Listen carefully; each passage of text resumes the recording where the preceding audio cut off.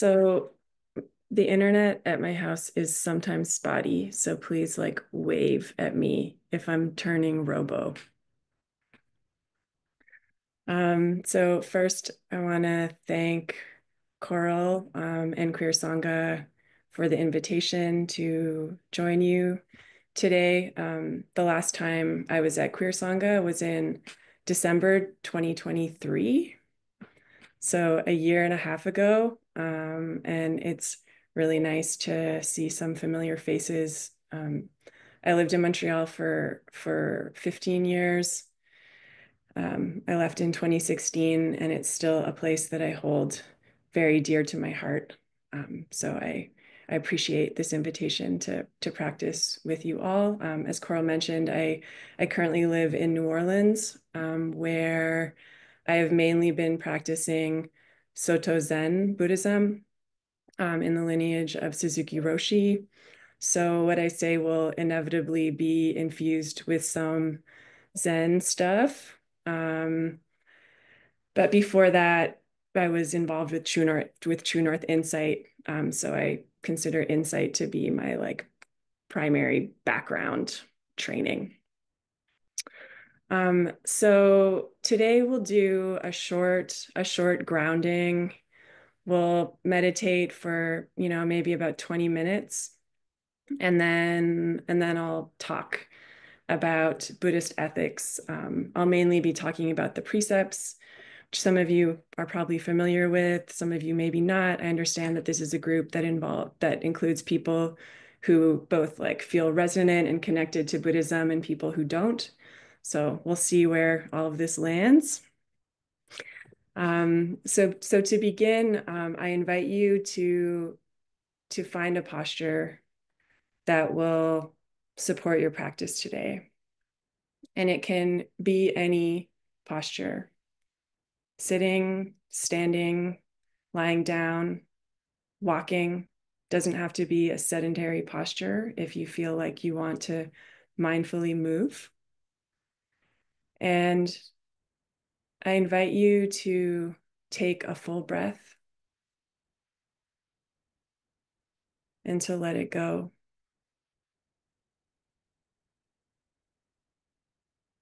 To take another full breath and to let it go. Landing in this moment together in what I imagine as a circle, all of us sitting together in a circle.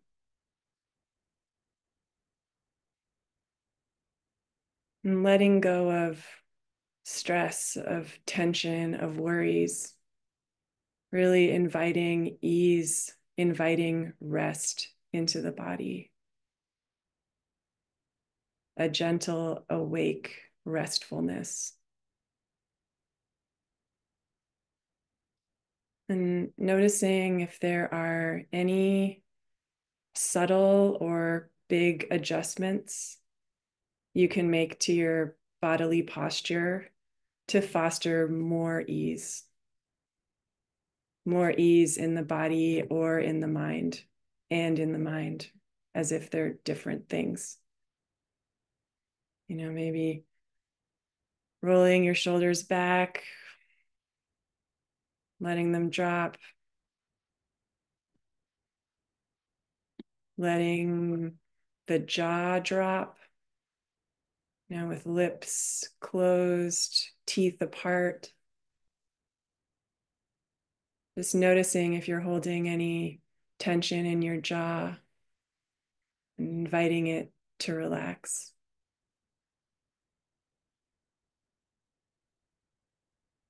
And then as you breathe, noticing the length and the quality of the breath. Is the breath long or short, deep or shallow? No need to change it, just noticing the quality of the breath.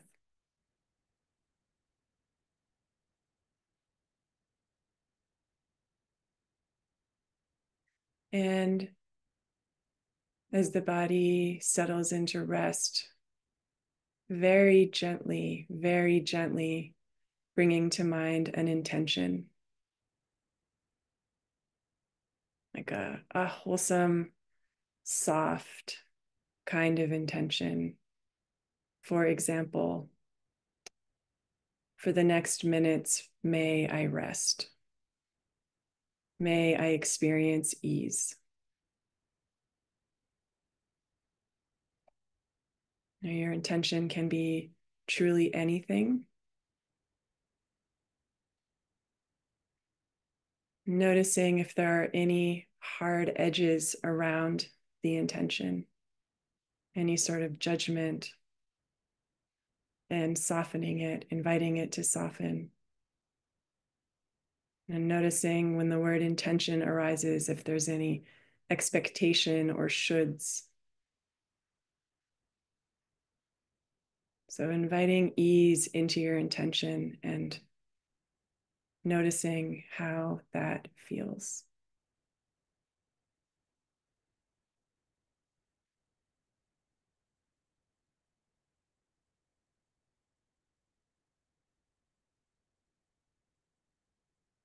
And now letting go of any effort, any efforting, and just resting as a body that breathes, a body that feels sensation.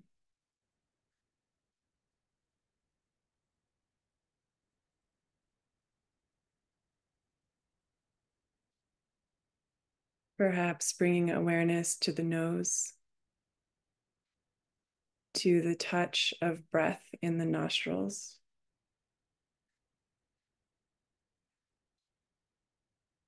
Noticing how the chest expands and rises with each inhalation and contracts and falls with each exhalation.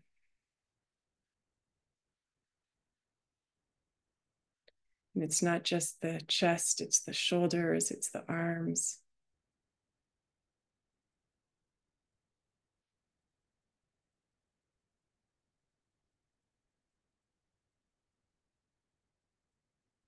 And bringing awareness to the hands, to any sensation in the hands.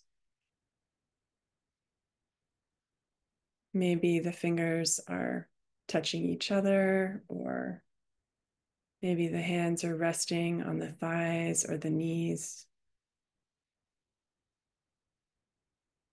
Just noticing any energetic movement in the hands. Noticing the temperature of the hands, their warmth compared to the temperature of ambient air.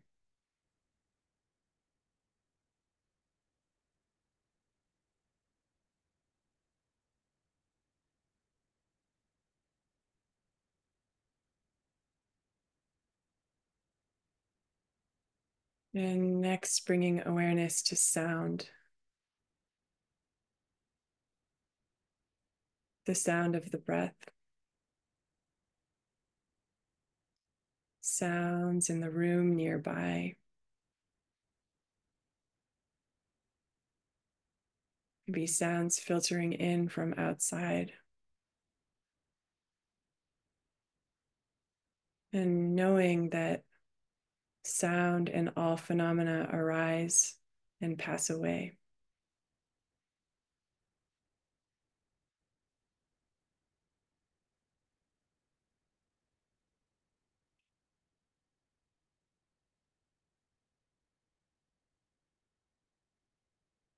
So I will ring a bell, after which point we'll sit in silence. So again, I invite you to just continue inviting ease and rest, along with a gentle awakeness into the body in the next minutes of silent practice.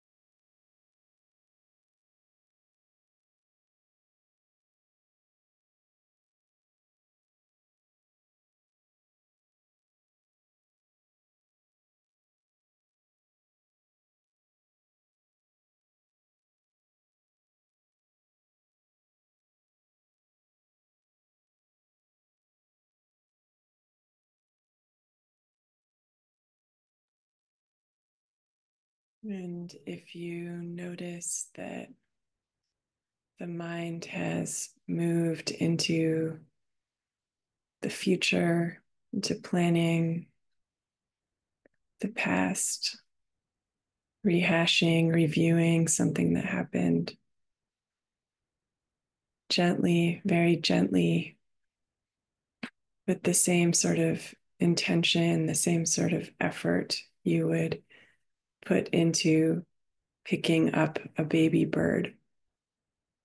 Just gently bring your awareness back to present moment sensation.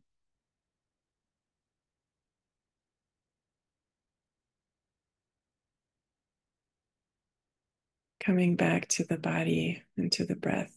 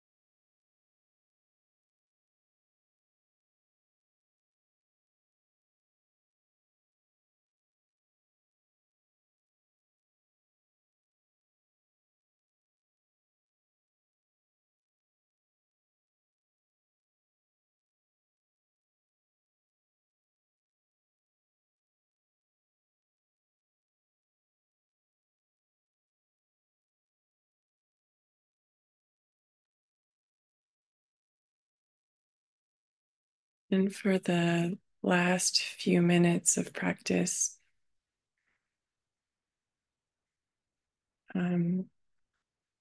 I will guide a metta or loving kindness practice, or Thich Nhat Hanh translated metta just straight up as love, a love practice.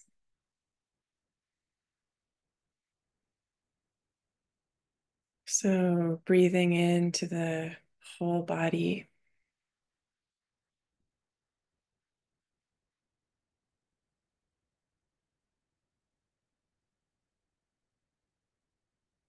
inviting ease, continuing to invite ease and softening into the body.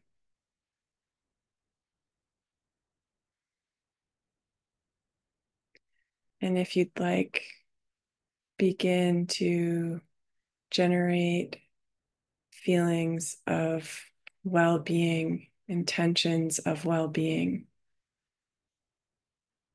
for yourself, for the body you inhabit, for the mind space that you call yours.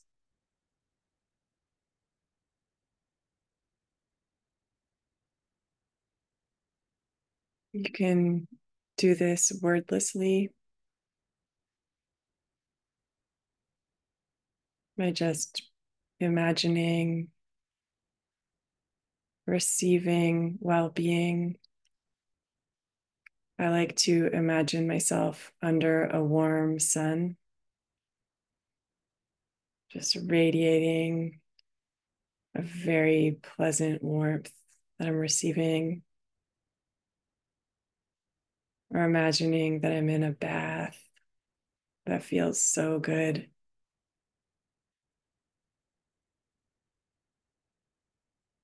Sometimes people like to use phrases like silently or quietly repeating to yourself, may I be well, may I be healthy, may I experience ease, may I be surrounded in love. Anything else that arises for you.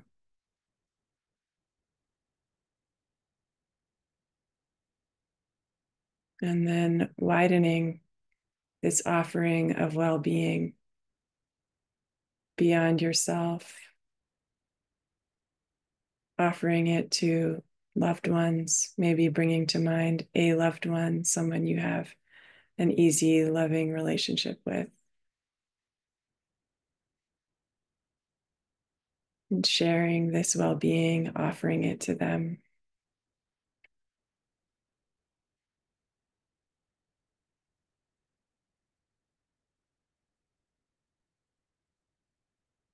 And even wider,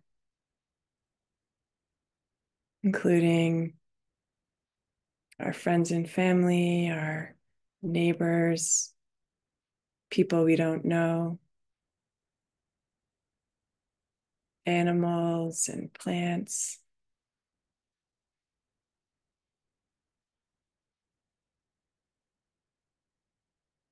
people we have difficulty with.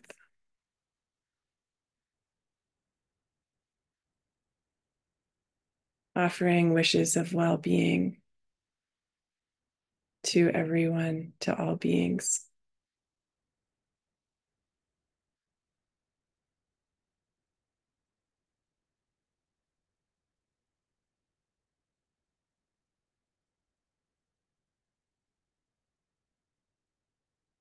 And not forgetting to include each other,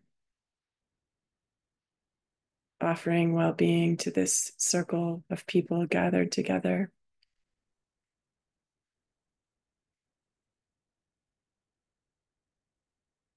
Thanking each other for this shared practice, for the way that it holds us all.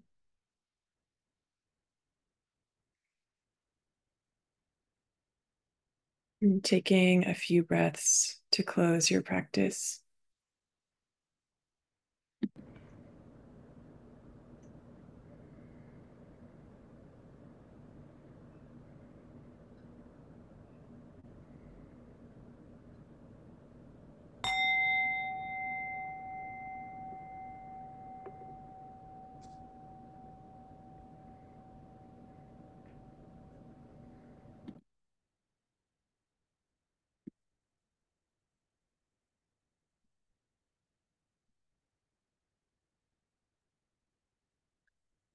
So if you need to stretch,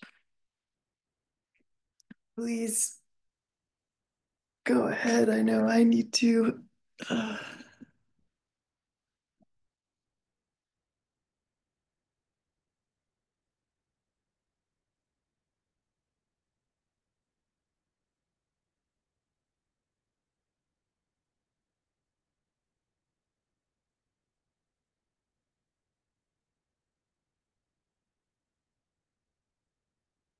Okay.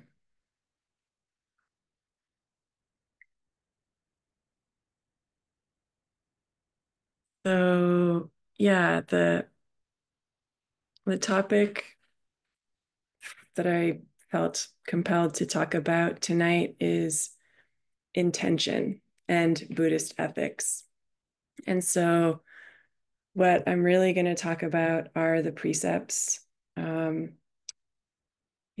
some of you are surely familiar with them. The precepts are ethical guidelines that are like an integral part of Buddhism.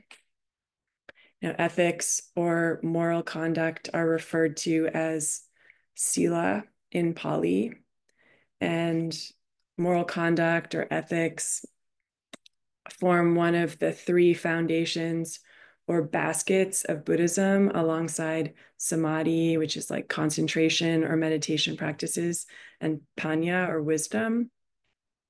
And I see the emphasis on ethics, on ethical living as really one of the factors that separates Buddhism from secular mindfulness, right? Because secular mindfulness doesn't necessarily have an ethical orientation.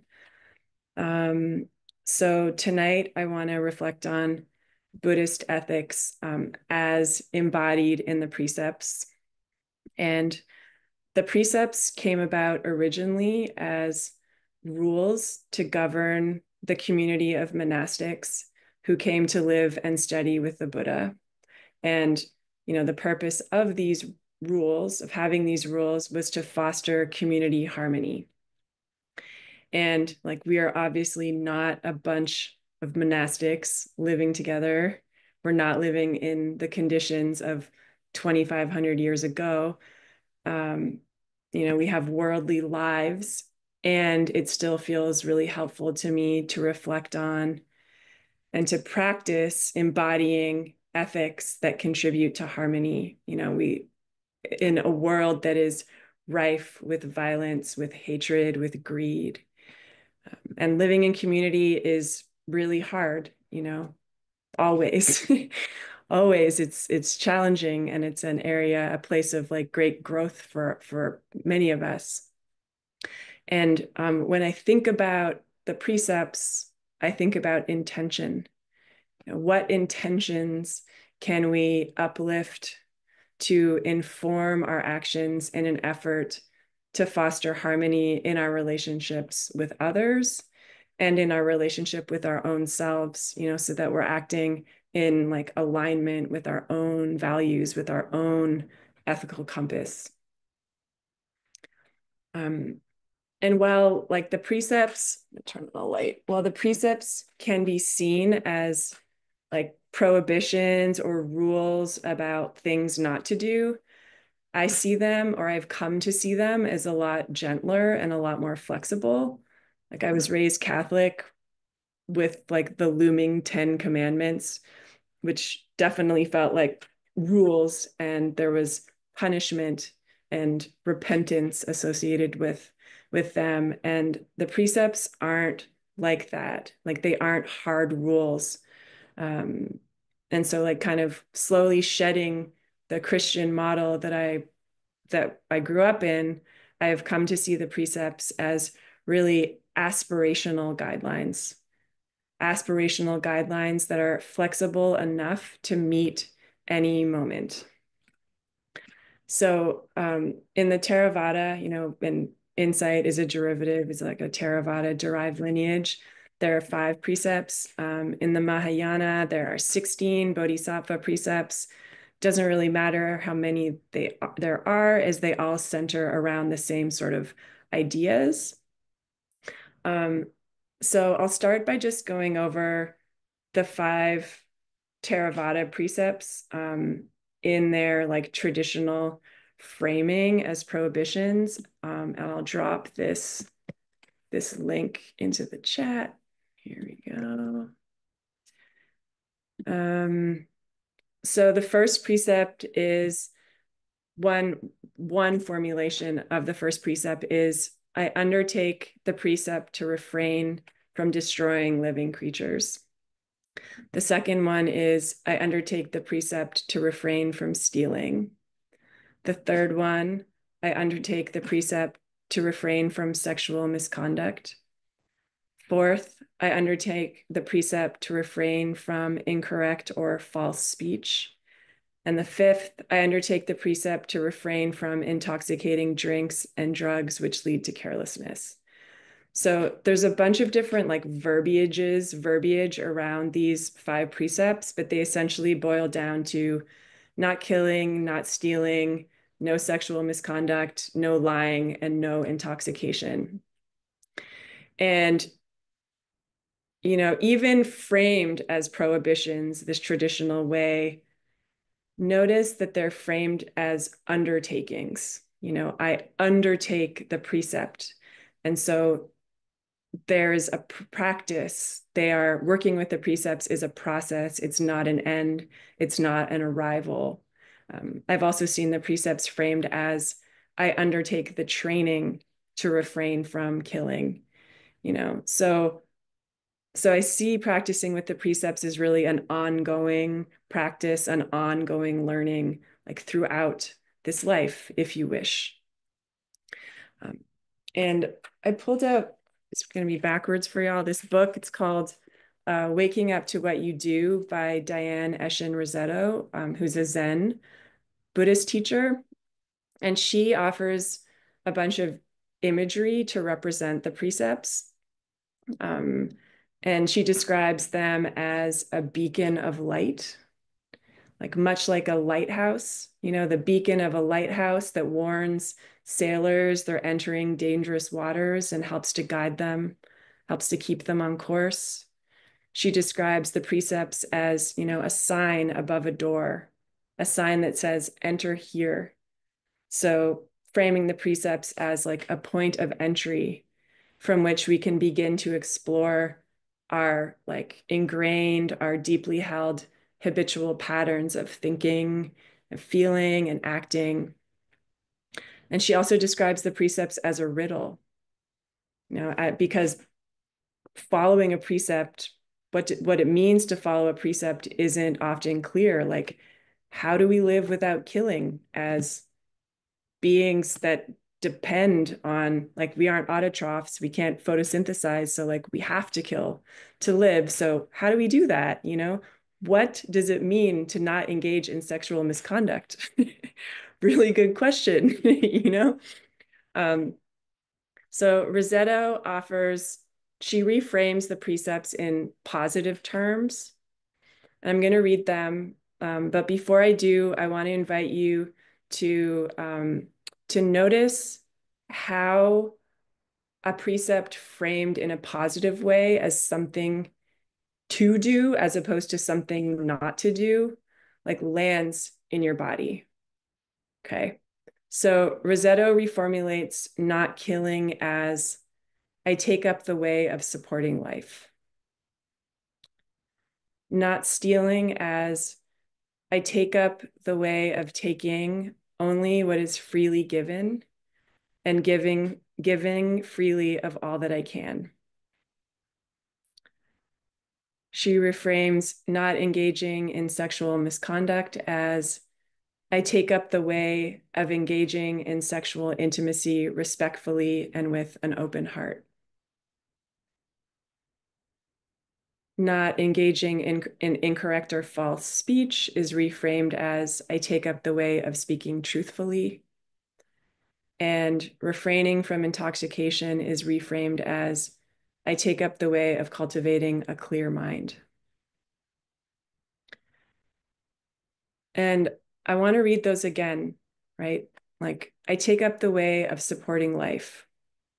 Like, how does that resonate with you in your life, in your identity, practically in this political moment? You know, how can you take up the way of supporting life? Like, what are you killing literally and symbolically? And what can you support to live and how? Um, I take up the way of taking only what is freely given and giving freely of all that I can.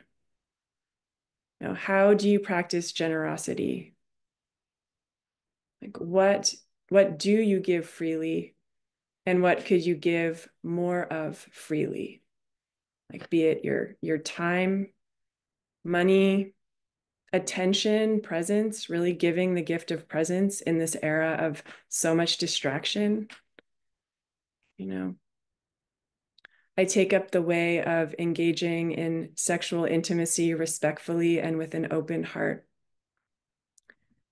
So, what does this mean to you, you know, and how you navigate romantic or sexual intimacy, whether you're monogamous or polyamorous or whatever way you engage, you know, how do you do that with an open heart, attempting not to cause harm? I take up the way of speaking truthfully. Um, I see this as an invitation to notice how like dishonesty shows up for me in me. And, you know, what does it mean to speak truthfully? And again, this is not an absolute. Like it can be skillful to lie, you know, for example, to protect someone from being incarcerated or something, you know, like what this precept to me invites reflection on what truth are you speaking in any given context. And finally, I take up the way of cultivating a clear mind. And this can be in relation to all kinds of intoxicants, right? From drugs and alcohol to cell phones, you know, internet to sex. Like, what does cultivating a clear mind mean to you? Also, being gentle to yourself. Um, my favorite formulation of the precepts that I'll just talk about briefly as we are running out of time is are the precepts, the version of the precepts that Thich Nhat Hanh wrote from the Plum Village tradition. He renamed the five precepts the five mindfulness trainings, and he expanded and updated them. And I quote, rather than hard and fast rules, they offer us a path to cultivate and develop actions of body, speech, and mind that can create a more healthy and compassionate world. And I will drop a link to them in the chat too. I'm not going to read them fully because they're long. Um, but I will read two. And again, I invite you to notice that they all begin with awareness of the suffering caused by harmful actions. So the first precept, not killing, Thich Nhat Hanh calls reverence for life, and I'll read it. Aware of the suffering caused by the destruction of life, I am committed to cultivating the insight of interbeing and compassion and learning ways to protect the lives of people, animals, plants, and minerals. I am determined not to kill, not to let others kill, and not to support any act of killing in the world, in my thinking, or in my way of life. Seeing that harmful actions arise from anger, fear, greed, and intolerance, which in turn come from dualistic and discriminative thinking, I will cultivate openness, non-discrimination, and non-attachment to views in order to transform violence, fanaticism, and dogmatism in myself and in the world. And I'll read one more, the fifth precept, not intoxicating, which Thich Nhat Hanh calls nourishment and healing. So, aware of the suffering caused by unmindful consumption, I am committed to cultivating good health, both physical and mental, for myself, my family, and my society by practicing mindful eating, drinking, and consuming. I will practice looking deeply into how I consume the 4 kinds of nutriments, namely edible foods, sense impressions, volition, and consciousness. I am determined not to gamble or to use alcohol, drugs, or any other products which contain toxins, such as certain websites, electronic games, TV programs, films, magazines, books, and conversations.